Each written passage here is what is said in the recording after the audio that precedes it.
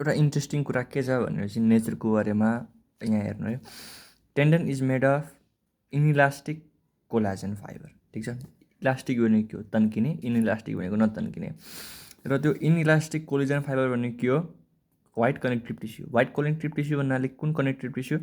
कुन वाला हो? कोलाजेन फाइबर हो। कुन फाइबर? कोलाजेन फाइबर हो होइन। कोलाजेन फाइबर इनइलास्टिक हुन्छ किनभने यदि मसल र स्केलेटन छन् भनेपछि मसलले स्केलेटनलाई तान्छ र यो तान्ने प्रक्रियाका कारणले स्केलेटन बोन मुभ गर्छ होइन।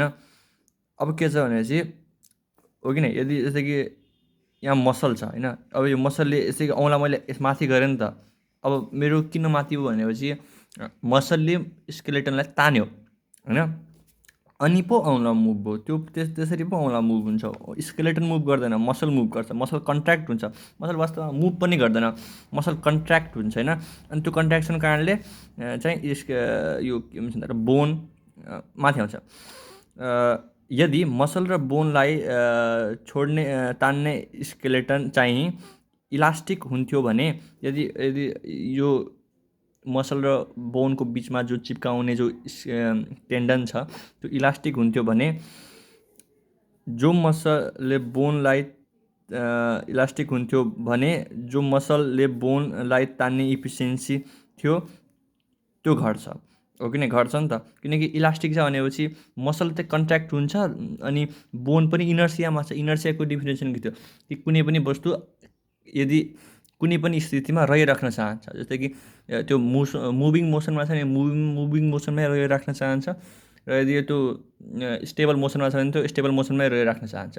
त्यसैले यदि टेन्डन चाहिँ इलास्टिक हुन्थ्यो भनेपछि इफिसियन्टली यो मुभै हुन पाउँथेन होइन। हो कि नै? तर यो इफिसियन्टली मुभ हुन पाइरहेछ। किनकि टेन्डन इलास्टिक छ।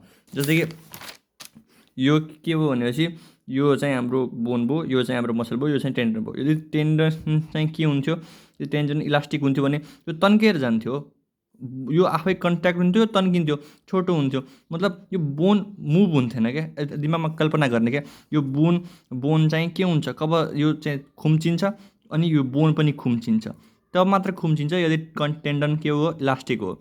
इनइलास्टिक भएपछि त्यसै टेन्डन रबर जस्तो हुन्थ्यो भनेपछि यो चाहिँ खुम्चिन्थ्यो न त, यो खुम्चिन्थेन। मसल चाहिँ खुम्चिन्थ्यो, टेन्डन चाहिँ लामो हुन्थ्यो। लामो हुनुको अर्थ के हो? इलास्टिक हुनु अर्थ हो नि त, किनकि छोटोबाट लामो भयो, इलास्टिक भयो। साइन्समा इलास्टिसिटीको डिफिनेसन फरक छ। अब फेरि साइन्स भन्दा फिजिक्समा इलास्टिसिटीको डिफिनेसन फरक छ। अनि अर्को लिगामेन्ट चाहिँ के हुने भयो? लिगामेन्ट चाहिँ अब यदि लिगामेन्ट नतन्किनेको भए के हुन्थ्यो? लिगामेन्ट यदि नतन्किने भएको भए हाम्रो शरीर मुभै हुन सक्थेन। यो यस्तो हुन्थ्यो कि जस्तै कि कुनै पनि मानव दुईवटा हड्डीको बिचमा सुपर ग्लु लगाए जस्तो हुन्थ्यो। के हुन्छ? सुपर ग्लु लगाएको वस्तु हल्लिन्छ? हल्लिँदैन नि। हो कि नै? त्यस्तै हुन्थ्यो कङ्क्रिट हुनु भएन। यदि कङ्क्रिट हुन्थ्यो भनेपछि त्यो मुभमेन्ट हुन सक्दैन नि, आफै सोच्ने नि। यदि यो इलास्टिक नभइदिएको भए, यो इनइलास्टिक भइदिएको भए यो मुभै हुन पाउँदैन। यो हड्डी पनि मुभ हुनु पर्थ्यो, यो हड्डी मुभ हुन्छ भने अर्को हड्डी पनि मुभ हुन्थ्यो, अर्को हड्डी मुभ हुन्छ भने अर्को हड्डी पनि मुभ हुन्थ्यो। त्यसको कारणले प्रब्लम हुन्छ।